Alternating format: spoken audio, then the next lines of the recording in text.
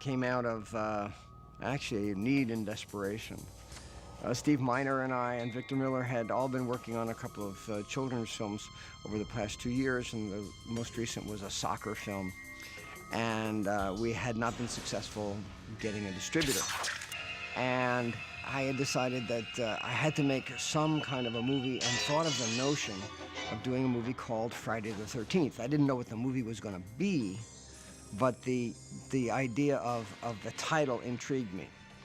I had talked to Steve Miner about it, and the two of us thought that we liked the title a lot, but we didn't have any idea if we could use it, so we did the only thing that we thought was sensible at the time, and which is to say we announced that we were going to make it, and took out a big ad on something like the 4th of July in Variety, saying, Friday the 13th, the most terrifying film ever made. Based on that ad, I turned around and was able to get enough interest to get the film produced, or get enough money to get the film produced. The only problem was I didn't have a script or a start date. I talked to Victor Miller, and he came over to the house, and we had worked together on a couple of other things, mostly softer, gentler kids' films and things like that, and decided, how would you like to try to make a scary movie called Friday the 13th? And he said, I don't know. I've never really made a scary movie before. I don't know how we're going to do it. I said, well, I'm not sure either, but let's figure it out. We sat down at the kitchen table and started to create this thing that became Friday the 13th. The assumption was, anyway, Victor's notion was to start with those little things that scared you as a kid. You know, you think there's somebody under the bed. You know, globally, I had discovered in some of my reading that the purpose of the effective story like this was to make you comfortable with your fears. And that as children, we get fairy tales. And the purpose of fairy tales, which are sometimes just bizarre, is to take a child's fears and put it in the safety of a story and tell it, and each time you take it out of this dark recesses of your mind and look at it as a story, then it becomes more accessible. Then it becomes easier to deal with, and then you put it back away. You're all doomed. What I was trying to deal with was the notion that every teenager deals, I think, with the fear of untimely death. And it usually shows up sometime in high school when there is a kid who gets on a motorcycle and runs into a tree, or there's a car accident or something, and suddenly, you know, the entire high school almost shuts down because we operate in high school with a sense of invulnerability. All bad things happen to them, but never to us. And when we get faced with that I call it the fear of untimely death, it's very distressing. And this was sort of like the watchword of where we were going to go with the film, is just to deal with this notion of untimely, unwarranted death. It wasn't meant to be a morality tale. It wasn't meant to be, well, if you get mixed up with sex or drugs, bad things will happen to you. That was never part of my original notion of the film.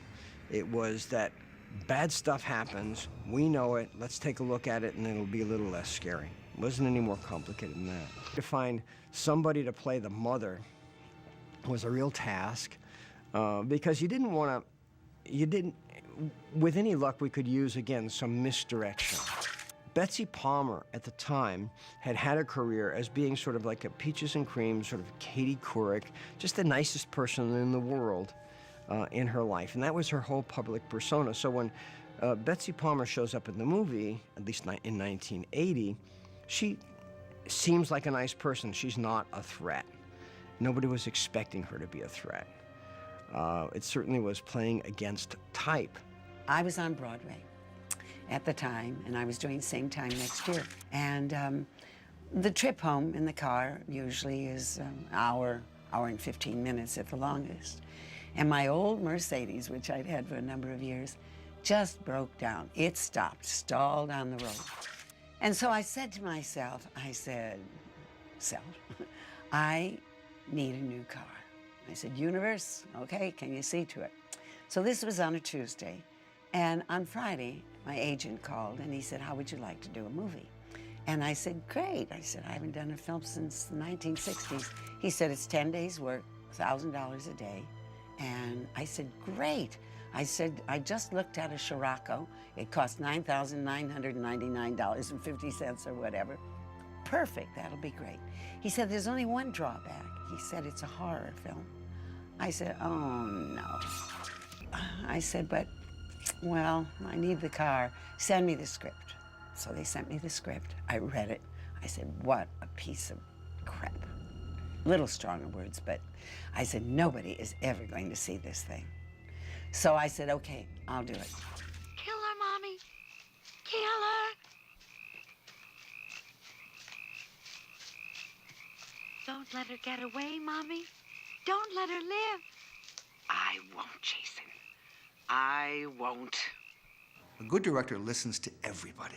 Maybe doesn't do what everybody says, but listens to everybody because a good director realizes that one person can't think of everything. It's like brainstorming, you know, I suggest something to you, you say something back, and what evolves is something that would not have evolved if just one person is thinking of it. So that was good. So if we came to him with a suggestion of something, you know, he'd give you his attention, and if it was great, great. If it wasn't used, you know. I said to Sean Cunningham at one point in time when we were shooting, I said, you know, you're being very unfair about this film. I said, you're not even giving anybody a loose clue that I'm in the scene. I said, you should put me in that little restaurant or at a stoplight in my Jeep or whatever, you know, just a flash somewhere. He said, no, no, no. He said, shocked me too bad. But from the next death on, it was like, oh my God, you know, if they're gonna show us that, you know, and they're gonna build, what's the end gonna be like, you know, which was glorious, you know, with Betsy Palmer's head coming off, Jason coming out of the water. So it did not disappoint, obviously.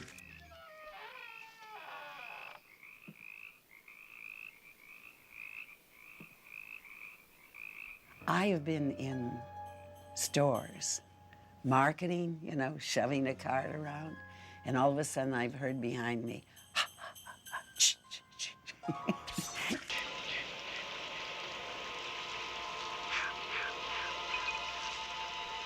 Harry Manfredini and I had worked together on 2 films before Friday the 13th.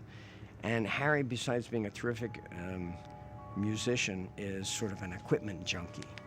And they had just invented certain kinds of synthesizers. And we were working on the music in New Jersey, and it was one of those things you could do, like echo reverbs and things like that. You can buy them now at Kmart for, you know, $29.95, but it was a really big deal kind of piece of equipment. And he was fooling around with this sense of, you know, and then it would just sort of repeat and making different sounds, and he finally came up with his signature sound, which then went through this electronic process, which, as I say now, is really easy and it's a cliche, but it just hadn't occurred before, and Harry just, again, he got it right, and it was just one of those things that worked so well. We had revealed that the murderer was Betsy Palmer and that she had been vanquished, and now what we were looking for is one extra bump, one extra twist, and how could we do it? How could we make it work? And out of that came the notion of Jason jumping out of the lake. And of course I said, well, how can Jason jump out of the lake? Jason's dead. That is not consistent with the rest of this movie, because the rest of this movie was meant to be reality-based, and I didn't know how we were going to do it. And then he said, well, we'll set it up so that Jason comes out of the lake, and then what's really happening is we say, oh, it's a nightmare. So you had like a double thing. But from the audience's point of view, it was, again, setting up the major misdirection. So you have the big fight, and suddenly it's over. And everything about the next series of shots was to just kind of forgot what was going on around me. Just tried to basically get into the fact that I knew what had happened in terms of, you know, the whole night, the Friday the 13th night before, and just basically collapsed in the canoe. And I intentionally would not pay attention to anything that was going on. You know, I just let it all happen. So it was indeed a shock when it happened, you know, and the water was so cold. We did not have the forethought or the budget for wetsuits, you know, so it was basically my torn clothing and freezing cold water.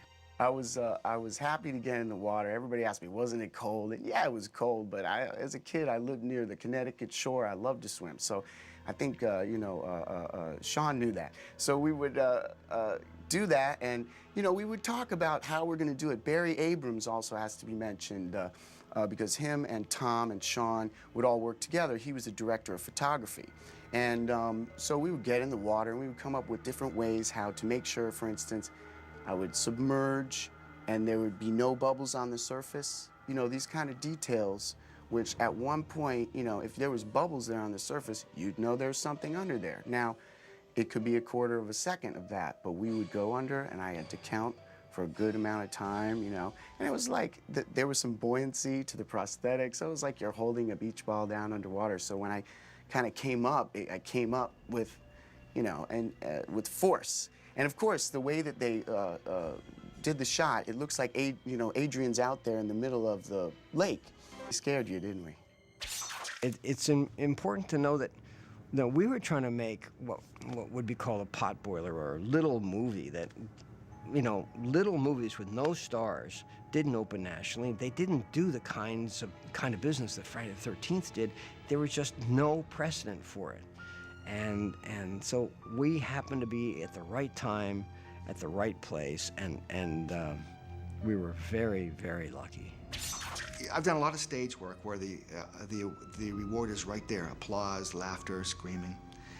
But in a movie, you don't get your reward till like a year later or so when the movie comes out. So I always go to the theater, and I hardly watch the movie. I pick somebody in the audience and watch the evolution of their heart attack. And that was a good one to watch the audience with because, you know, you could just hear, you know, when the next thing's going to come. So I picked somebody, and it was fireworks. You know, it was just watching fireworks. I could watch people sitting there calmly, eating their popcorn. Then when, you know, Kevin's death, oh my God, you know, that was the reward for us. You know, that was a very rewarding film. In other words, I was amazed at how successful it became. The first night when we had the opening, and it was a small opening, it wasn't any kind of glitzy thing at all, but it was opened on Broadway at the Lowe's, I think it was, which is a huge theater, and it was packed. And before the showing was over, there was a line around the corner. And then for the next showing, there was a line around the corner. I mean, it didn't stop, and it was a record breaker. I think I know it opened up #1 for the weekend. It got panned by the reviewers, but hey, you know, what did they know? It was a love fest with Friday the 13th. In making the film, initially, its real purpose was to try to keep the lights on. I mean, Friday the 13th has become this big sort of multi-million-dollar industry and so on. But I surely didn't have a grand vision for Friday the 13th. I never expected to make sequels. Victor and Steve Miner and I were basically just trying to make a living while the other things we were working on, you know, bore fruit. Particularly, we thought we were going to have a television series based on our soccer movie. None of that came to be, but Friday the 13th sort of made our careers.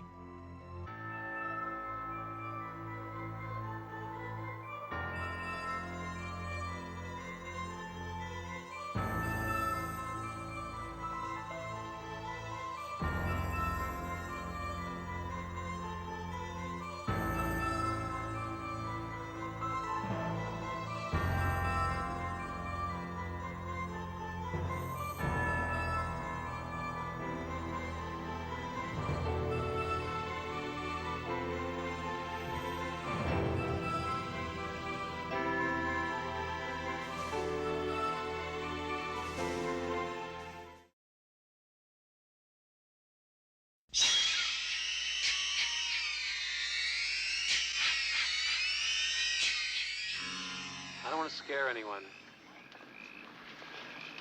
but I'm going to give it to you straight about Jason. His body was never recovered from the lake after he drowned. When we decided to make the second film, I wasn't sure what it should be. Should we be trying to exploit the title Friday the 13th and just have another scary movie with somehow or other connected to Friday the 13th? Or should it involve the character Jason? And Jason as a character hadn't existed. He was just this gag at the end with Ari Lehman coming up out of the water. We're the first to return here. 5 years.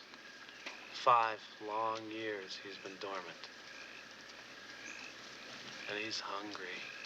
And Steve Miner, who had been my line producer and was a very close friend, had decided that he would like to try to direct the second one, and I did everything I could to make that happen. And my wife, who had worked on those films, wound up being his editor. And so that I was close to the next two. Jason's out there, watching, always on the prowl for intruders, waiting to kill, waiting to devour. I thought he brought class to it. He seemed to have a good grip on exactly what we were doing, you know, what the genre was and what the public wanted to see and what Paramount wanted from it. What if there is a Jason? Jason's a legend, Jimmy. A legend. When Steve approached me to do part 2, I said, sure. I don't remember reading a script. He basically told me what the story was going to be about, and that was fine with me, because I had other things going on in my life at the time, and I just wanted to make sure that everybody was happy, I guess. I don't know. Who knew that we were going to do a sequel? No one had a clue. Yeah, but as I understand, as soon as it came out, they were already thinking about the sequel. Mom. Hello? The second one was probably just a few days of shooting. It was up in Connecticut. Don't remember a whole lot about it. It was just me and a black cat and a head in the refrigerator.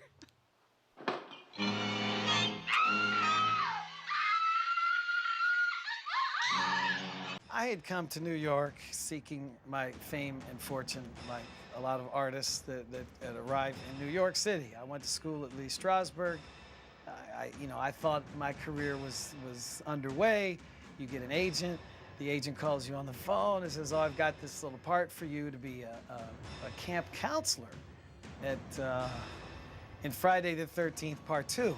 And in that time period, you know, it was kind of just sort of still in the unknown stages. So I said, okay, well, give me the script. I'll look it over, and then I'll go audition. Yeah, I remember I was doing a job, a print job, and I was in the Poconos. And then they called me and said, you know, you have an audition for Friday the 13th, Part 2. And I said, oh my God, a horror film. And so I said, okay. So I went back, and I remember I did it, and I got it, and I went, okay. And it was great. It was fun. You know, maybe I should have kept going, Part 3, 4, 5, 6, but it was good. It was good. So I auditioned for the all-American guy that was the counselor at the camp, the famous Camp Crystal Lake. So unfortunately, I didn't get the part, but they said, you know, we like you, so we'd like to have you around. We know you've been to Hollywood Stuntman School, and we know you can handle all the stunts in the movie. Stair falls, all kinds of stuff. So they said, would you like to be Jason? So I said, hey, listen, I'm happy to do anything you want me to do. It was an audition. I was in New York. I was an actress, and it was just an audition like all of them. Kind of show up at this place and pretend, you know, you're walking through the woods screaming. I think that's what it was. But what I remember most is the looping at the end. And I had to go into a sound stage and just basically scream and scream and scream. And I'm not really a screamer type, but so you have to kind of hit a certain decibel, and it just felt funny. you know, because they just keep plugging it in everywhere. As far as I'm concerned, these guys couldn't have done a better job. I mean, it was a 30-day, low-budget, $1 million production. Yeah, all I can say is they did an amazing job because it's part of a big story.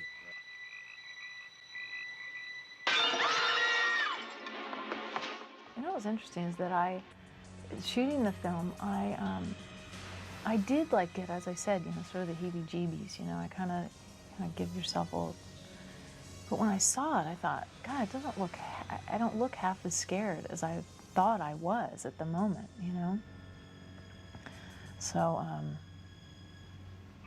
it was scary. It was, for some reason.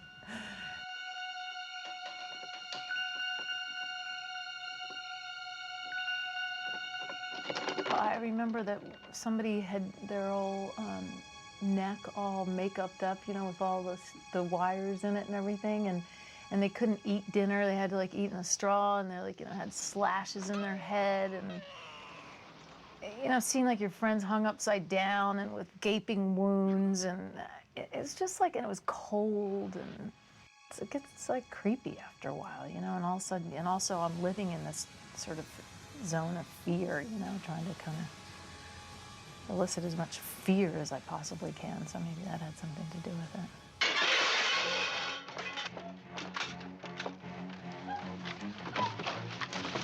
I remember there was one scene, I guess I was trying to escape from the kitchen window, and I jumped down, and it seemed like everything was a stunt, and at one point the stunt coordinator said, you know, you should get stunt adjustments for all this.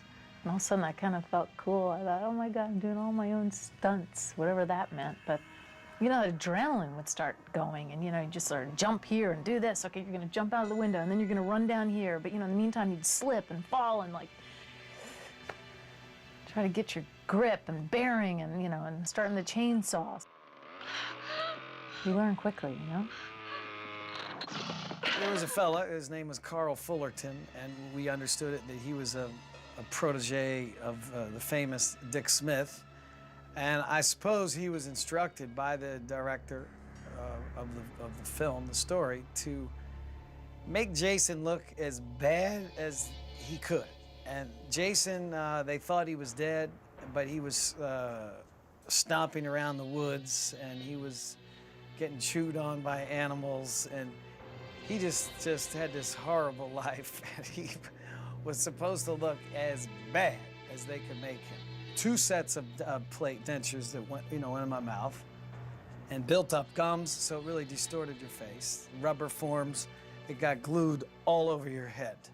New mouth, new this, new that. They closed this eye off, which is very painful if you close an eye off for like 12 hours at a time. They built a new eye here. So you get a little dizzy, you lose your depth perception, and then I do all these stunts, you know, not knowing really, you know, where I was. So you had the fake eye, you had the teeth, all this mongoloid hair, and it had a little bit of the Elephant Man look to the structures of the skull, and then with this long hair, you know, coming down. And by the time my final, the one scene where the Jason's face is really seen for the first time in the movie, you know, I was angry and I wanted to kill somebody. And I'm drooling and snot's coming out of your nose. I mean, you are just in another world. You're hurting, you're pained, you wanted to blast through that window and kill this girl. No question. So that Jason face, it was horrific.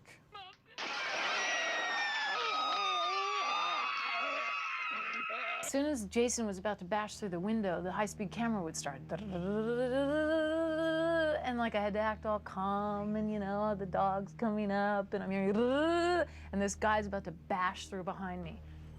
It was really scary. Every time it was really scary. Well, it was only supposed to be one time, and it was all fake, you know, the plastic glass and the balsa wood and all that stuff, and Jason was behind me swinging on one of those things, and but it was scary doing it. And then something didn't work, and then we had to do it again. Well, we built a platform outside the house, and it was long enough so I knew I had 3 steps and then jump. And then you would go whoosh, like that, and just bust the whole window out and the frame and all of that. Those boards were scored, maybe half. So that stunt was 3 steps, 1, 2, and come in, and glass flying, wood flying, and that was a kill scene when they thought Jason was, you know, long dead and gone. Yeah, the girl was relaxing, and I suppose that's, in a horror film, that's when you really nail the audience, when they have no clue that the maniacal killer is still lurking. And then I remember Steve said, hey, you know, do you want to like drive into town today? And you know, he had a car, and I said, okay, great. So we go on this drive, and it was beautiful in Connecticut. We're kind of driving, we're kind of talking about what's going on, and he said, I have some news I got to tell you. What? He said, we have to do that scene again. I thought, oh my God, can I do this scene again? Can I don't know, it really got me, that scene. So obviously we did, and I think they got it, and I mean, they used it, and it was fine, but he had to kind of talk me through that. The scene where I put on Jason's mother's sweater. You know, Warrington was gone by that time, and I have to pick up this machete and go like this and bring it down over top of Jason or something like that, and the timing missed, and he was supposed to turn this pickaxe sideways, and the timing was wrong, and so I went like that, and I hit his finger, and he had to go to the emergency room. I think it was like, I can't remember exactly what happened, but I think I put the machete through his finger or something. It was bad. It was bad.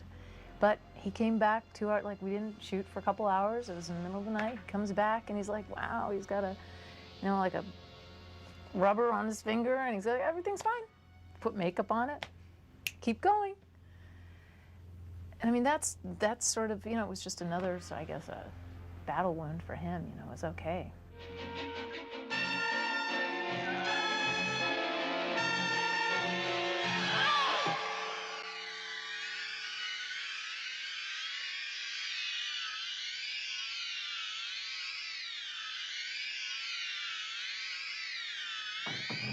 It was like we were playing a game in the woods.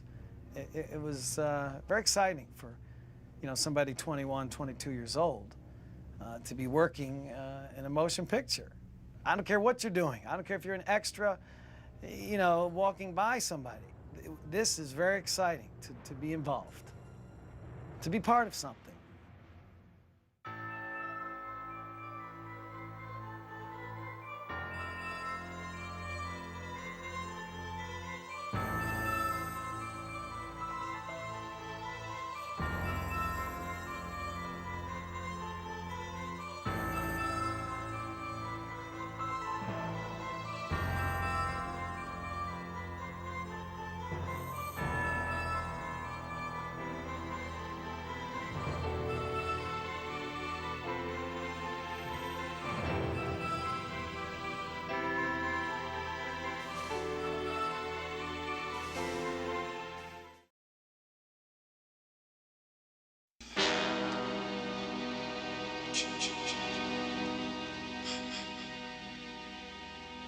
Hey, I dropped your wallet. I'm sorry. I got it. Who are you? What are you doing? Hey, now cut that out right now. That's not funny.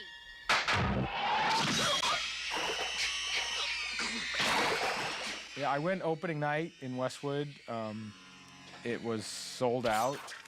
I was there with my friends, and the crowd was yelling and screaming, and they were really into it. They all had a good time, and this was really this new 3D thing. A lot of the people had never seen a 3D movie before. It was the new wave of 3D. You didn't have that red-blue. It wasn't the red-blue 3D. It was this new process, so the glasses were clear and polarized, and it looked great, and so I think people were really reacting to the 3D a lot because there's a lot of stuff in the movie which on DVD doesn't play as well, because if it's not jumping out at you, it doesn't mean anything. There's the rat that comes out and the snake and all the other stuff that jumps out, and it doesn't mean anything. But when you see it in the theater, it really plays. I mean, it adds a lot to the movie.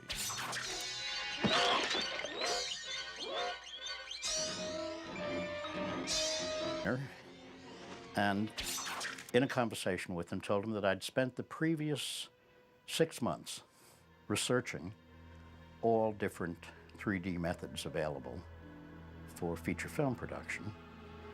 And Steve said, I'm about to do a 3D film, and asked me if I'd be interested in doing it. That's how I came to it. I had not done a 3D picture before. I'd been always interested in the technology, and particularly in the storytelling aspect of it.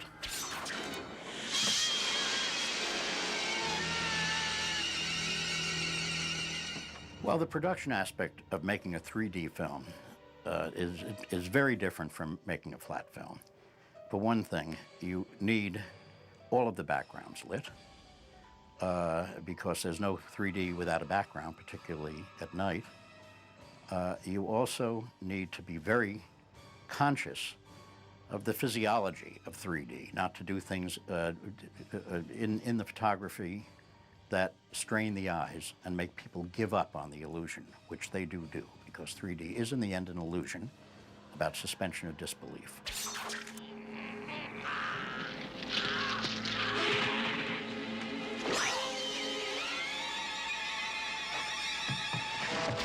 The eyeball, that was a good one. That was, especially in 3D. I remember seeing the eyeball in the theater. That was the first time I'd seen it, and it pops out, and the whole audience just jumped. It was great. That was a great moment. The eyeball scene is one that's often commented on about 3D. Well, we didn't have time for tests. The camera system was new. We were evolving it as we went.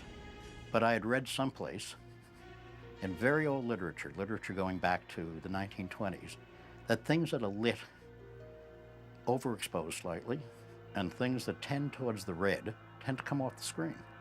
So I overexposed that eye about a half a stop, 2/3 of a stop, and it came right off the screen and into everybody's face. Hold on!